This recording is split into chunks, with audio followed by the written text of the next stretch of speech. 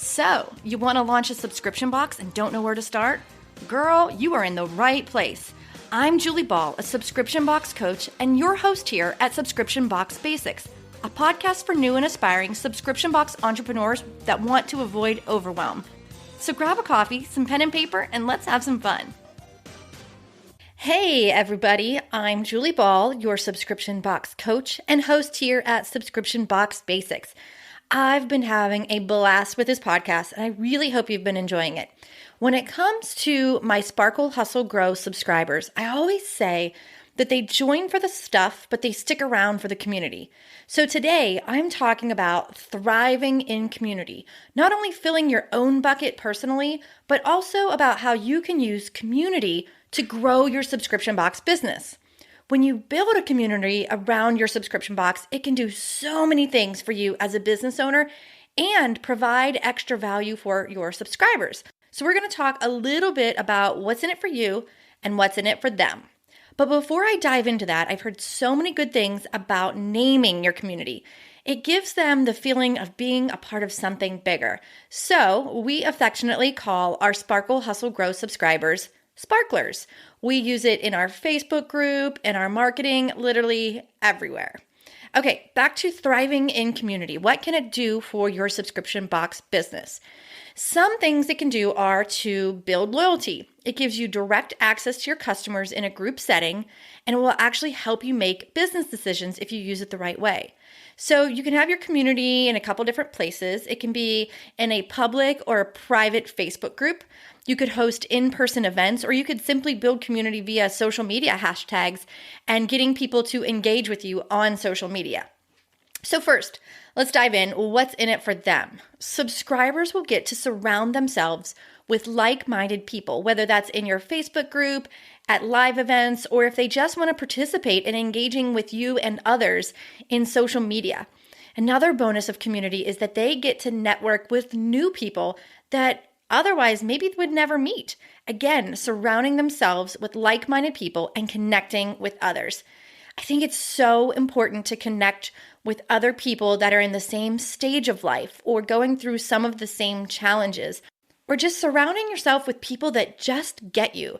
They get where you're at in life or in business right now. It's just part of being social. Another bonus for your subscribers is where you can provide experiential opportunities. So the experience factor. A good example of this is where in Sparkle, Hustle, Grow, we have guest experts. So we bring in people that are experts on business topics and they provide us with training. Things like masterclasses, digital downloads, Facebook Lives, things like that. Experiential opportunities could be things that you provide yourself or have a guest expert. So just for example, maybe you have a 5-day fitness challenge where you do Facebook Lives and you show your customers how you use the products in that month's box to help you in the fitness challenge. And lastly, I think one of the most important things is in a community, they have access to you and your customer service. At Sparkle Hustle Grow, we have a dedicated person that does community building and customer service, and she's very active in our private Facebook group for subscribers. So if someone has a question, they tag her in there. Sometimes she answers the question right away, but if it has something to do with their account maybe, then she'll take it over to email. But at least they have direct access and they feel like they can get to us quickly if they have a problem with their account or if they have a question, if they're missing a product, that type of thing. It's so much easier to manage your reputation and your PR when you have something like that. Otherwise, sometimes people will go straight to public social media and blast you for having an issue with their box, but they haven't even approached you to try to make it right yet. So this gives them that direct access. So what's in it for you as the business owner? And this is important because you're going to put time and effort into building your community. So why would you bother? What's in it for you? So one of the biggest things is you get direct access to your customers in case you need to do that customer service. Maybe there's a delay in shipping. Maybe there's a problem with a product. You can tell everybody in your private Facebook group for subscribers about that customer service issue. Maybe you're closed for the holidays. You want to share that information both via email and in your group because maybe someone's not checking their email. So this is just another channel for you to reach them for customer service or announcements. We also do marketing within our own community. We promote subscriber upsells like our VIP upgrade.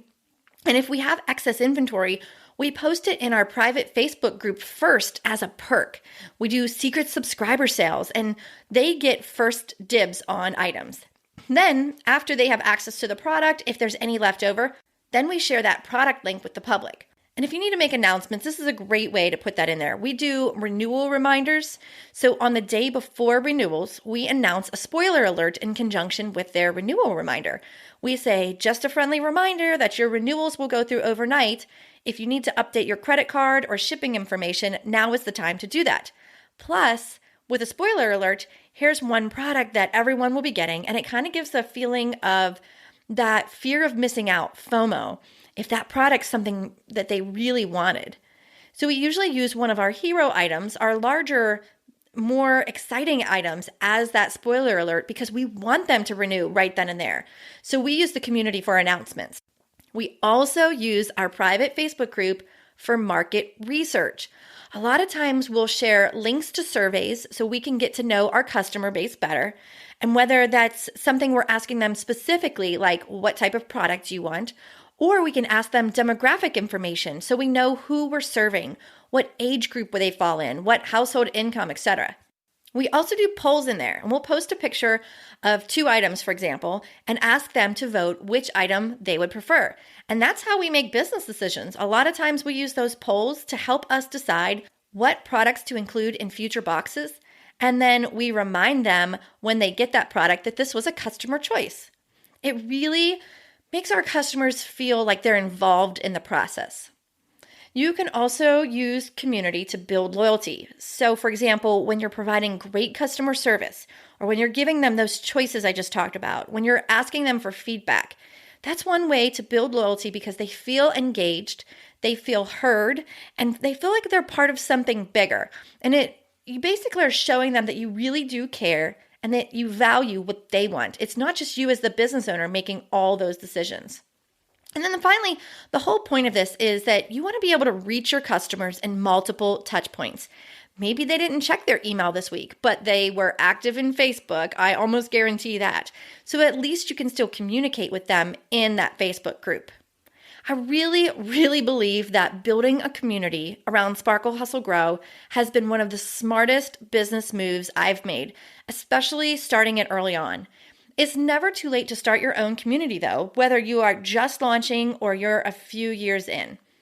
So I hope this episode made an impact on you and you either feel some validation for the community you've already built or that you feel motivated to go ahead and start building yours now.